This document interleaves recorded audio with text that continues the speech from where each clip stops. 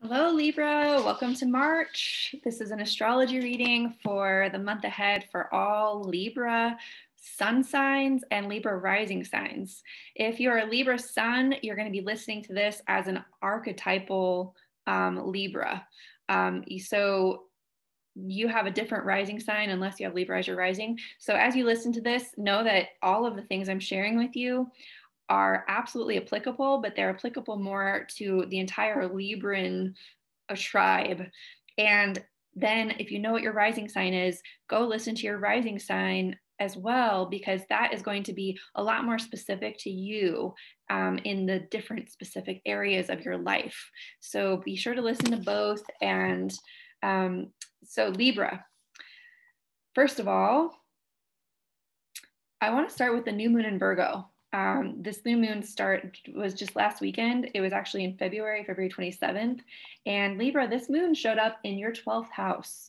So I'm kind of curious. I'm wondering how your weekend was last weekend. I would assume that there was something that occurred last weekend that revealed some sort of maybe challenge, some sort of pressure or squeeze that would have revealed to you your pearl of great price. And it would have prepared you for a rebirth of some new energy. So I would suggest that this full moon gave you an opportunity to claim something for yourself, to claim something for your sovereignty, claim something that you want to be bringing into your relationship with yourself again. There's maybe something that you've felt you've lost, or something that you maybe put down a long time ago and are ready to bring back. And so I would really, really, really reflect on anything that you felt or experienced, or even wanted to suppress. Those were all messages for you to bring closer to your consciousness that there's something that you value deeply that you're ready to claim. And claiming that is going to give you a whole new perspective on your relationship with yourself and with your life. So as you do that, I want you to know that that's preparing you for Mars's movement from your 8th house to your 9th house. So as Mars was moving through Taurus in your 8th house, it was breaking up all of the rules, all of the different roles and hats that you played in your intimate relationships. It was kind of going through like grinding up the soil of your garden and just pulling out the big stones, pulling out the old weeds, just pulling out like all the stuff and softening that soil. So you may have had events in your life that really like broke you open in the last couple of months, that really like could have felt like cutting on a very intimate level. And that was Mars preparing the soil of your life for the new seeds that you're going to plant. You may have had some really stuck energy that was not able to move without this culling, without this grinding. I'm picturing this like super dry earth that was really stuck in place, and this metal device that this bowl was pulling through the soil, and just the soil was just releasing everything underneath the pressure and grinding of this mechanism. And really like, now what do you do with soil after it's tilled? You put in the fertilizer. So any amount of death that you experience over the last month, or year, even any kind of wisdom that you got, anything that ended, you could put that experience right into the soil, and it will nourish the soil and give it that like rich depth that will nourish the seeds that you're planting now as Mars moves into the 9th house. And now that Mars has moved into the 9th house, the question you're going to ask yourself every single day, every single moment, every time you make a decision: does this feel like a hell yes, or does it feel like a hell no? And I'll tell you, unless it's a hell yes, it's no. If it's just neutral, if it's like, if it's, well, I could use the money, or if it's anything like that, it's a hell no. Um, if it, you know what the feeling is when you feel hell yes. You don't have to justify it. This is your ninth house, so it's also based on your preferences. Do you like it or do you not like it? Like if someone was offering you two types of wine and they were like, oh, this one's really really really good, but you just don't like white wine, you want the red, and they're, no matter how much they're trying to sell you the white, choose the red. It doesn't matter what their authority says. It doesn't matter like how much they're putting pressure on you. None of that stuff matters. The only thing that matters is you like red wine, and you know you do. And hell yes. Like you may, if you're hell yes.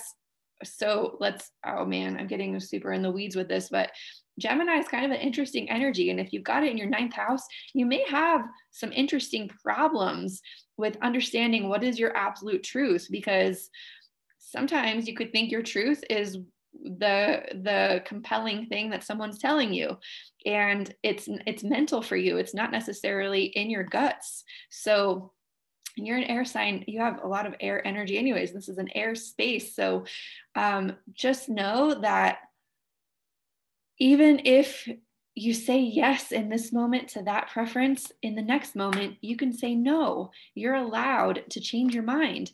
You're allowed to, it's not that you change your mind, it's just in the new moment, you have a new hell yes. And in the new moment, you have a new hell yes. In the new moment, you have a new hell yes. And that's okay, because you're traversing your truth moment to moment to moment. There may be some things that you uncovered with the Virgo full moon that are like absolutely unchanging, that are based on really deep dreams and values. And if you know those things, then your preferences might actually shift a little bit. Like, let's say your preference is that you want to fully allow your body to get super hydrated. Okay, so then you've got two people offering you white and red wine. What if your deep preference, your pearl of great price, is having a super hydrated body? Then guess what? Your hell yes is your body. And both of those wines are no, no matter what, no matter the fact that they're offering you two different wines. These are just metaphors, but I feel like this month Libra could actually feel some confusion, and I wanted to give a couple of examples just to give a sense of the deeper layers that could be involved here for you, Libra. Now let's talk about Pisces for you. Pisces for you shows up in your sixth house, and right now we're in Pisces season, and we're getting a Pisces new moon on the 13th, and then Mercury will move through Pisces. So there's a lot of Pisces energy right in the middle of the month, and the sixth house for you is definitely about what do you need to do to become sovereign, to stand on your own 2 feet, and to feel like you have the ability to say yes and no to your preferences. What is necessary there? If you feel like you can't stand on your own 2 feet, or you're dependent on a lot of factors in your life, then it's going to be pretty hard for you to trust your preferences of hell yes and hell no, and have the sovereignty and freedom to do that, because you perceive that you don't have a choice. And this month is all about you understanding that you do have a choice. And it's very important for you to absolutely understand that every time you say yes to anything, you are planting a seed for some future harvest of experiences. And so you can plant seeds for anything, whether or not you like it or not, right? And every time you say no to something, you are pulling a weed out of your garden, and the sixth house is your garden. So just be aware that if you keep saying yes to things that'll continue to make you dependent, you're going to plant seeds for more dependency in the future. And if you can start saying no to things that are creating that dependence, or then you're going to start having opportunities to become more independent. And you can still be independent and sovereign and have interdependence with the people in your world. This isn't about like partitioning yourself off from the rest of the world. It is about understanding how much freedom you have to be interdependent with who you choose to be interdependent with. That's a huge difference between, well, I got to make these choices because I'm dependent and I must make choices based on these factors. Huge, huge difference. So I hope I hope this is landing for you. I really want the best for you, Libra, and I can see how geez, some of these energies could have been really confusing and challenging for you because there's so many different variables that you make your decisions based on. And I truly feel that this time that we're in Pisces is giving you an opportunity to really feel that sovereignty. And I hope that that full moon that you experienced last weekend made it abundantly clear to you why choosing your sovereignty and choosing your independence so that you can choose who you're interdependent with. I hope that that became a high priority for you, because when Venus and the Sun move into Aries around the 20th and 21st of March, they're going to be giving a whole bunch of energy to your 7th house, your relationship house. And you're going to be having a lot of opportunities to become in relationship, to become into greater relationship. And I suggest that you really, really leverage this month so that when you are interacting with new people, you know that you can stand next to that person as a sovereign being who doesn't need to say yes to what they're preferring, but wants to, because you have a clear discernment of what you value. And you're not making those choices because you need something from them. You're making those decisions because you want to complement your life by collaborating with this person. And then finally, at the end of the month, this is like the cherry on top for you. You're going to get a full moon in Libra in your 1st house. And this is going to be a reflection of all, it's like, okay, let's look at the scoreboard. What did we get, Libra? And it could feel like an absolute celebration where you understand that the most intimate, amazing relationship you can have is the one that you have with your sovereign self, and that sovereign self being so free to choose who you want to be in relationship with that's the most valuable thing that you could actually bring into your life. And so Libra, this is very beautiful. I would love to hear back from you about how this month shapes up, and I wish the best for you. I am going to pull one archetype card. This is the one that wants to come out. Ooh, the desert. All right, this is the card that wanted to come out for you, Libra.